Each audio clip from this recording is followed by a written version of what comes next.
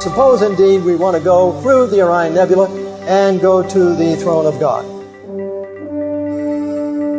Here we go. As we are leaving the earth here, and of course we'll pass the earth. We see the sun there to our right. Now approaching the sun, and you can see the Orion Nebula there past the sun. As we pass the sun, we're probably going over 100 times the speed of light.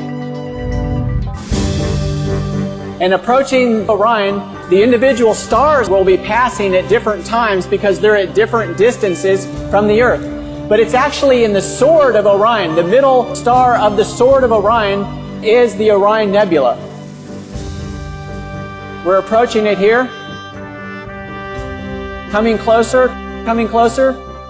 The Orion Nebula is 1,500 light years from the earth. That cavern is actually 100 light years wide.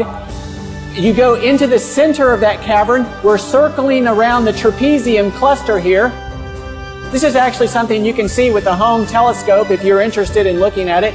You won't see the nebulosity, but you will see the Trapezium. Going through the Trapezium, continuing past the Trapezium, as we come to heaven, to the city of New Jerusalem with the foundations of precious stones, the gates of pearl.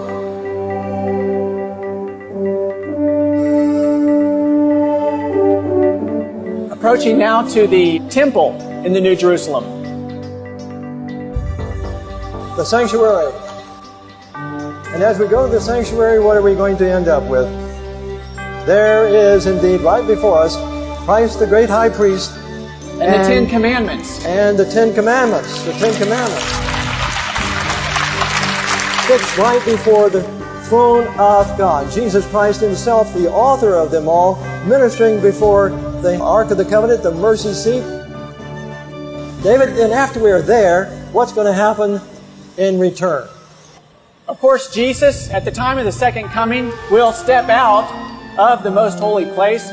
He will begin to come back to the earth. Of course, Jesus leaving the New Jerusalem there, coming through the open space in Orion. There's the Trapezium now. As you exit Orion, that great bowl configuration surrounding Jesus on his return will of course be millions and millions of angels surrounding him. Of course, as Jesus himself speeds toward the earth at thousands of times the speed of light,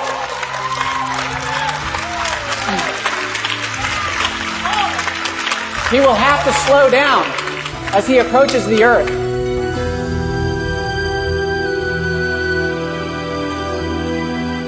Coming through the solar system, he passes the sun, of course doing many times the speed of light until he gets close to the earth, slows down. The people on the earth will first see a dark cloud. And as that dark cloud gets a little closer, a little brighter, and it finally lights up the sky. And as it lights up the sky, those people who are alive and waiting for Jesus will welcome him. Will say, "Lo, here is our God. We have waited for him." In Revelation 14:12, here is the patience of the saints. Here are they that keep the commandments of God and have the faith of Jesus.